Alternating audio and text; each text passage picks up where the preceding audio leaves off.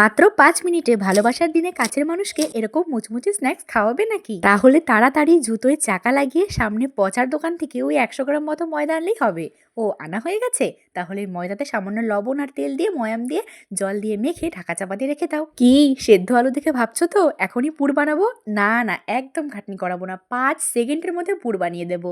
সেদ্ধ আলুগুলোকে ঝটপট টাকলা করে হাতের কাছে যা মশলা পাবে সব ঢেলে দেবে। দেখো সারপ্রাইজ দেওয়ার চক্করে লবণটা দিতে যেন ভুলে যেও না। আর আলুর পুরটাকে বেশ শক্তপোক্ত করার জন্য 2 চামচ কর্নফ্লাওয়ার দিয়ে মেখে নিলে আলুর পুর রেডি। দেখেছো কথা বলতে বলতে ময়দা রুটিটা বেলা হয়ে গেছে, সেটা তো তোমাদের বলাই হয়নি। যাই হোক, ময়দা রুটির উপরে আলুর পুরটা দিয়ে ঠিক যেমন করে আমি ফোল্ড করলাম সেরকম করে ফোল্ড করে পিস পিস করে কেটে নিয়ে হার্ট শেপ দিয়ে মাঝারি আঁচের গরম তেলে এই স্ন্যাক্স গুলোকে ভেজে নাও। ভাজতে ভাজতেই কিন্তু চাটা বসিয়ে দেবে, নয়তো এই ভাজাটা কমপ্লিট হয়ে গেলে একের পর এক সবাই খেয়ে নেবে টপাটপ, আর চায়ের সাথে খাওয়ার জন্য আবার তোমাকে খাটনি করতে হবে।